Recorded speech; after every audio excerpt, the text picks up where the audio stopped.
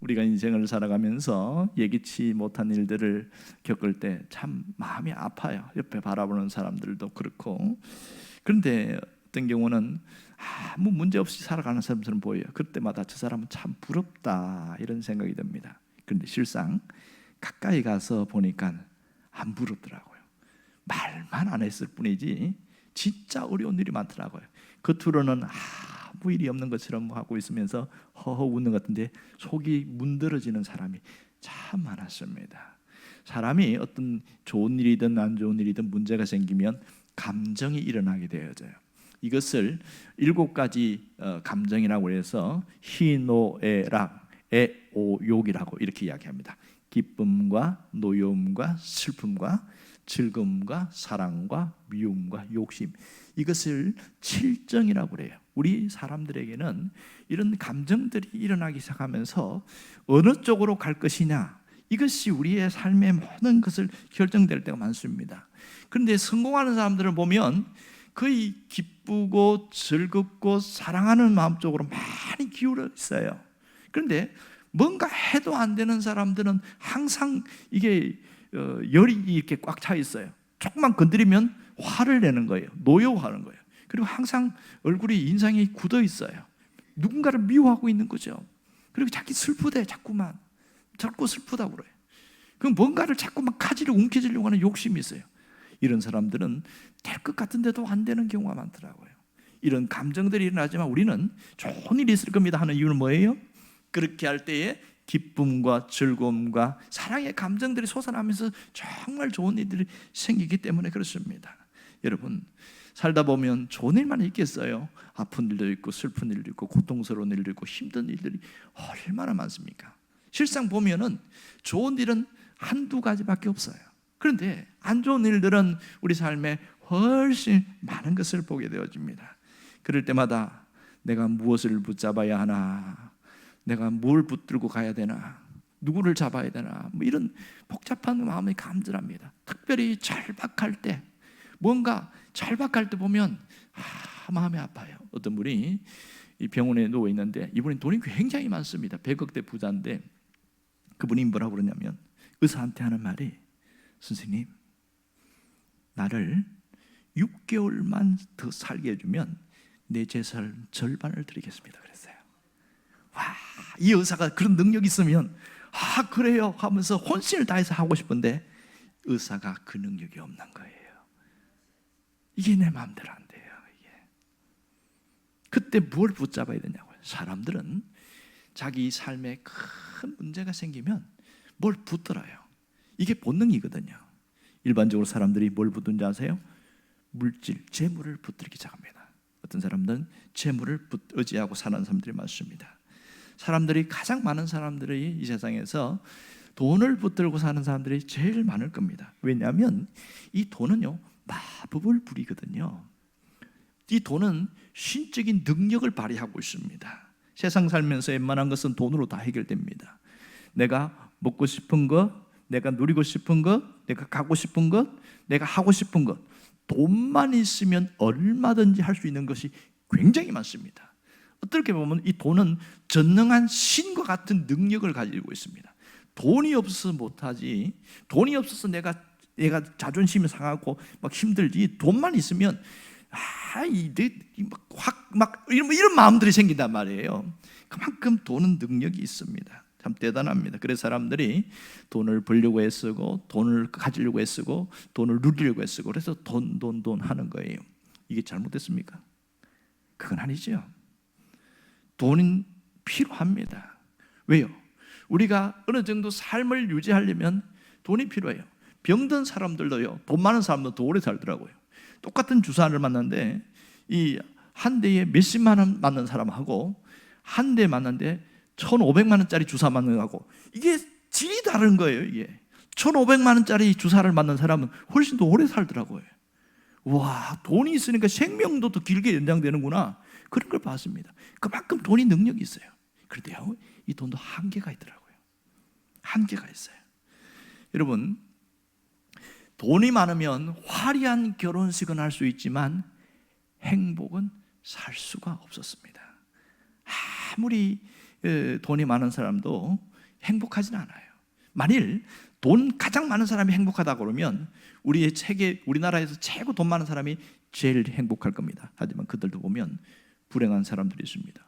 왜 돈이 그렇게 많은데 스스로 목숨을 던지고 왜 이런 일을 합니까? 안타까운 일이 굉장히 많습니다. 여러분, 돈으로 화로운 집은 살 수 있지만 돈으로 행복한 가정을 살 수는 없습니다. 돈으로 최고의 침대는 살 수 있지만 돈으로 안락한 잠은, 편안한 잠은 절대로 살 수가 없습니다. 때로는 돈 많은 사람이 더 잠 못 이루는 경우가 많습니다. 돈으로 사람은 살 수 있어요. 사람을 부릴 수는 있어요. 하지만 돈으로 사람의 마음은 살 수는 없습니다. 일시적으로는 살 수 있겠지만 끝까지 그 사람 마음을 사지는 못하더라고요. 돈으로 사람을 마음대로 휘젓고 막 주무를 수는 있지만 그 사람의 성품은 바꿀 수가 없더란 말입니다. 이 돈으로 좋은 시계를 살 수는 있어요. 아주 값비싼 시계는 살 수 있지만 흐르는 시간은 살 수가 없습니다. 이 돈으로 좋은 약은 사서 먹을 수 있지만 내가 평생 누릴 수 있는 건강은 살 수가 없습니다. 돈으로 아주 화려한 옷은 살 수 있지만 돈으로 내면에 흐르는 아름다움은 결코 살 수가 없습니다. 여러분, 돈으로 내가 지위는 살 수가 있어요. 때로는 권력도 살 수 있어요. 하지만 사람들에게 우러나오는 존경은 살 수가 없습니다. 돈으로 피를 살 수는 있지만 생명은 살 수가 없습니다. 그러니 내 재산의 절반을 주겠다고 해도 그것을 연장시켜 주지 못하는 인간의 한계가 있는 것이죠. 여러분, 돈으로 종교는 살 수 있지만 구원은 얻을 수가 없습니다.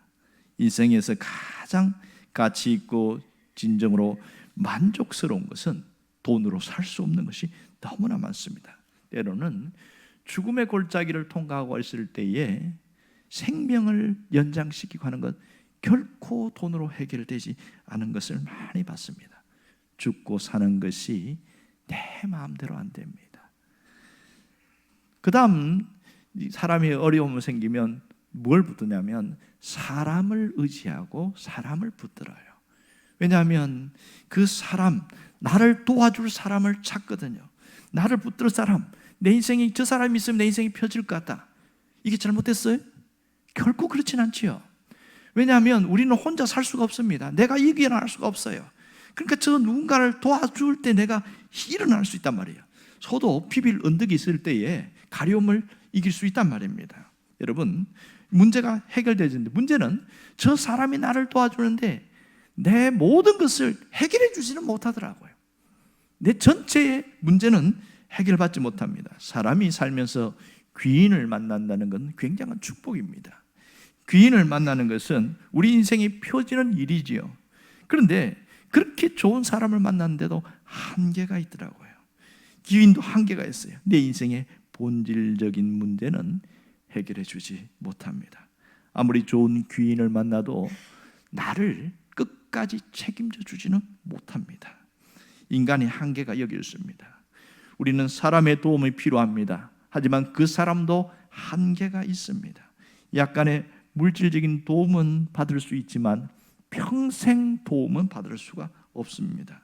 아플 때 좋은 병원과 의사를 만나게 해줄 수는 있지만 내 건강은 고쳐주지 못하더라는 것이지요. 이 귀인들을 만나면 외롭고 쓸쓸할 때 나 말벗이 되어주고 나를 위로해줘서 큰 힘을 되지만 내 안에 깊이 파묻혀 있는 외로움은 거두어가지 못하더라는 거죠. 때로는 함께 여행을 가기도 하지만 깊은 공허함은 뽑아내지 못하는 것이 한계입니다. 그런 거 보면 돈과 재물, 사랑도 권력도 명예도 못하는 게 딱 한 가지가 있어요. 우리의 죽음의 문제는 해결하지 못합니다. 그러면 우리가 붙잡고 살아가야 할 게 무엇인가? 오늘 이걸 알아야 됩니다. 오늘 성경에 보면 오늘 읽은 본문에서 우리가 무엇을 붙들고 가야 할지를 알려주고 있습니다. 여기 보면 여호와께서 이렇게 말합니다. 우리가 누구를 붙들어야 됩니까? 하나님을 붙들어야 됩니다. 왜 그럴까요? 하나님은 한계가 없으십니다. 하나님은 끝까지 나를 책임지실 수 있기 때문에 그렇습니다. 앞에 보면 여호와께서 사람의 걸음을 정하시고 이렇게 이야기를 했어요. 그 길을 기뻐하신다고 했는데요, 하나님은 우리가 기뻐하고 살고 행복하게 살기를 바라고 계십니다. 우리 삶에 가난과 저주와 불행이 찾아오는 것을 하나님이 원하지 않습니다. 하지만 여전히 우리 삶에는 고통이 있고 아픔이 있고 슬픔이 있고 비극이 있고 괴로움이 많습니다. 그래서 무슨 일이 일어나요? 그는 넘어지나 아주 엎드러지지 않으면 자주 넘어지는 일이 생기는 거예요. 우리가 엎드러지는 일이 생기는 거예요. 어떤 분은 엎드러져서 꼼짝도 못하고 인생이 무너지는 사람 봤습니다. 멀쩡한 사람인데 이 골반 고관절이 무너지니까 그만 그냥 침대에서 일어나지 못하고 10년 동안 병상에서 걷다가 가시는 거예요. 너무 안타까운 거예요. 고관절만 치료되면 얼마든지 걸어 다닐 수 있는데 그만 부러지니까 회복이 안 되니까 못 다니는 거예요. 그런 분도 봤습니다. 그것만 그렇습니까? 우리가 인생에서 뭔가 누리고 살다가 내가 붙들고 있던 것이 싹 없어지면 엎드러져 버리는 거죠. 무너지는 거죠. 다시 못 일어나는 안타까운 일들이 얼마나 많은지 모릅니다. 그럴 때 생각든 게 뭐예요? 죽고 싶다. 죽어야 되겠다. 살면 뭐하나? 왜? 다 잃어버렸거든요. 이런 생각들이 얼마나 강하게 밀려오는지 몰라요. 마치 밀려오는 밀물처럼 계속 내 마음에 밀려오는데 뭐가 밀려옵니까? 죽고 싶다, 죽어야 되겠다는 마음들. 이런 사람들이 얼마나 괴로울까요? 자, 그런데요, 하나님이 어떻게 하십니까? 여호와께서 그의 손으로 붙드심이로다 그랬습니다. 하나님께서 그 손으로 붙들어 준다는 거예요. 하나님의 손이 나를 붙들어 준다는 겁니다. 왜 하나님의 손으로 나를 붙들어 줄까요? 내가 죽을 위기까지 갔는데 왜 하나님 죽지 않게 하고 다시 살게 하실까요? 딱 한 가지입니다. 그것은 하나님이 나를 사랑하시기 때문입니다. 여전히 사랑하기 때문에 내 생명이 붙어 있는 것이죠. 오늘 이 시를 누가 썼을까요? 이 시는 다윗이라는 왕이 썼습니다. 다윗이 언제 쓴지 아세요? 도망가고 쫓기고 힘들고 죽고 싶을 때가 그때에 쓴 시가 이 시입니다. 그는 사울 왕이라는 그런 좋은 사람을 만났는데 그만 그 왕이 다윗을 죽이려고 할 때마다 어쩔 수 없이 도망 다니는 거예요. 몇 번이나 죽을 위기를 겪습니다. 그럴 때마다 하나님 앞에 이렇게 말합니다. 하나님, 저는 정말 죽을 것 같아요. 제가 잘못한 것도 없는데 억울하게 이렇게 고통을 당합니다. 하나님 어떻게 해야 됩니까? 하나님 나를 좀 도와주세요. 이러는 거예요. 그는 장군이라는 권력을 갖고 있었지만 하나님, 내가 이런 권력을 가져도 소용이 없고 내가 돈으로 그 마음을 살려고 했는데도 그것도 아무 소용이 없네요. 하나님, 전 사방으로 꽉 막혔어요. 어떻게 해야 돼요? 하나님 살려주세요. 이 다윗이라는 사람이 그 위기 가운데 있을 때 죽을 위기 속에서 하나님 앞에 엎드립니다. 하나님을 붙들기 시작한 거예요. 사방에 오염살과 꽉 막혀 있을 때 놀라운 일은요, 하나님이 그의 손을 붙들어 주셨어요. 하나님이 그를 구원해 주셨어요. 그를 건져냈어요.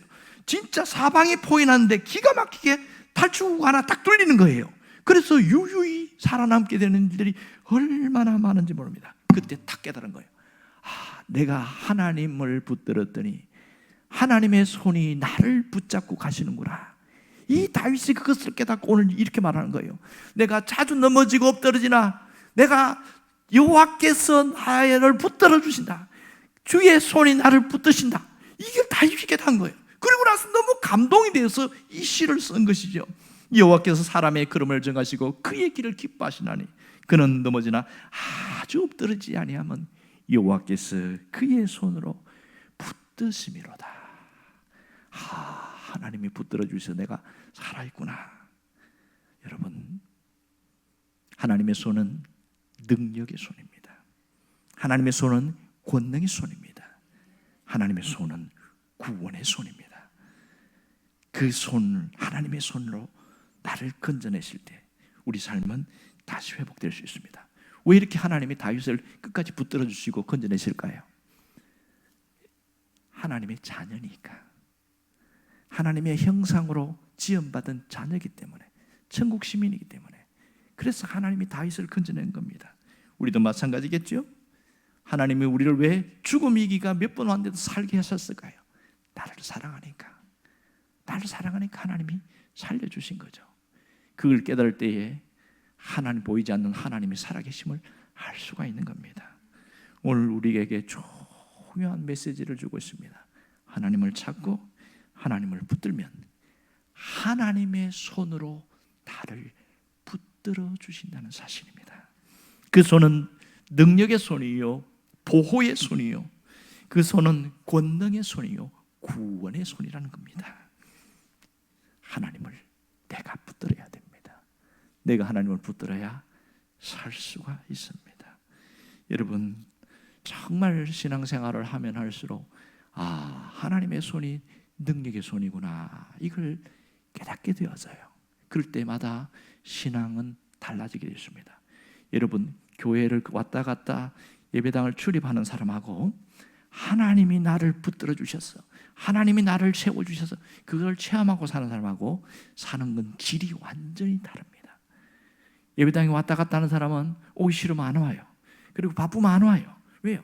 내가 바쁘니까 나 중심으로 살아가요. 그런데요, 그 어려움 속에서 하나님이 나를 붙들어 주신 것을 아는 사람은, 하나님의 능력을 체험한 사람은, 야, 하나님이 나를 이렇게 살려주셨는데, 하나님이 나를 다시 이렇게 주셨는데 내가 가야지. 누구를 보러 갑니까? 목사 보러 가는 게 아니지요. 하나님 보러 갑니다. 보이지 않는 하나님 어떻게 만납니까? 하나님은 말씀을 통하여 만나게 되어집니다. 하나님 우리에게 찾아오실 때에는 말씀으로 찾아오시거든요.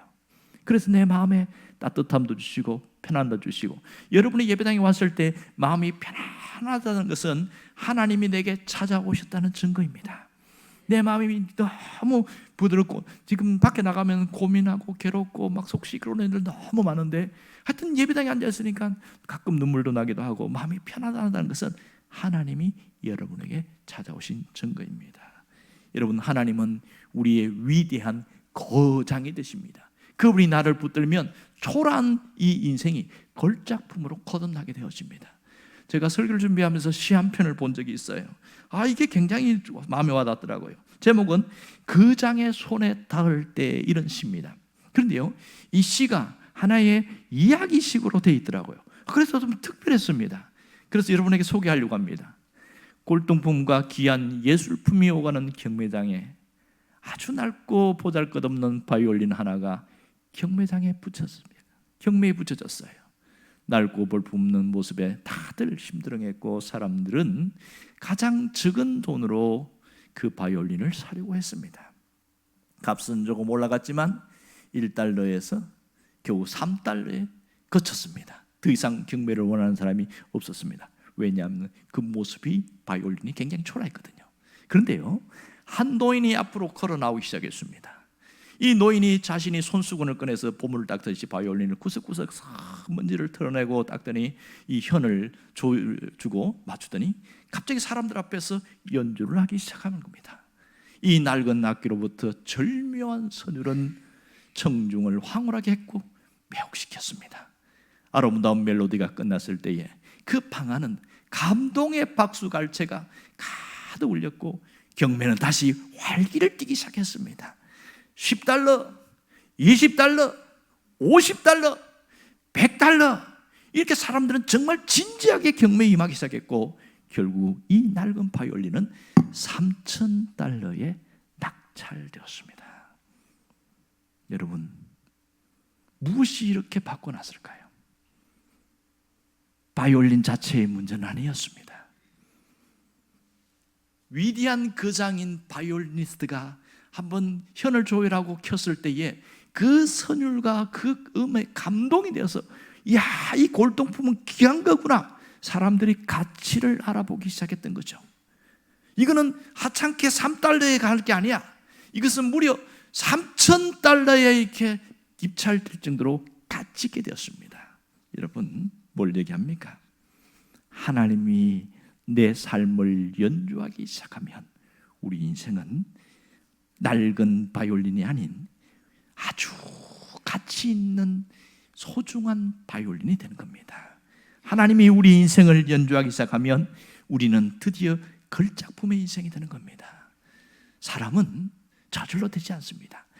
보이지 않는 그 하나님이 그 불을 붙들고 있으면 그 사람의 인생이 드디어 다시 가치 있는 인생으로 거듭나기 시작하더라는 겁니다. 여러분, 주님의 손에 붙들리면 새로운 삶을 살게 되어집니다. 우리에게 필요한 것은 구원의 손입니다. 예수님이 우리를 구원하신 그 구원의 손, 그 손을 붙들면 만신창이가 된 인생이라 할지라도 다시 복구되고 회복되어집니다. 우리가 해야 될 것은 그 하나님의 손을 붙잡는 일입니다. 그 하나님의 손을 붙잡고 있을 때 삶은 달라집니다. 오늘 여러분은 지금까지 무엇을 붙잡고 있었습니까? 무엇을 더 의지하고 있었습니까? 그것이 나를 지켜줄 줄 알지만 마지막까지 나를 붙들어주지 않는다는 것이 우리를 안타깝게 하는 겁니다. 하나님의 손을 붙잡기를 바랍니다. 하나님의 손을 붙잡으면 우리의 삶은 다시금 새로워질 수 있고 가치 있는 인생, 걸작품 인생으로 거듭날 수 있습니다.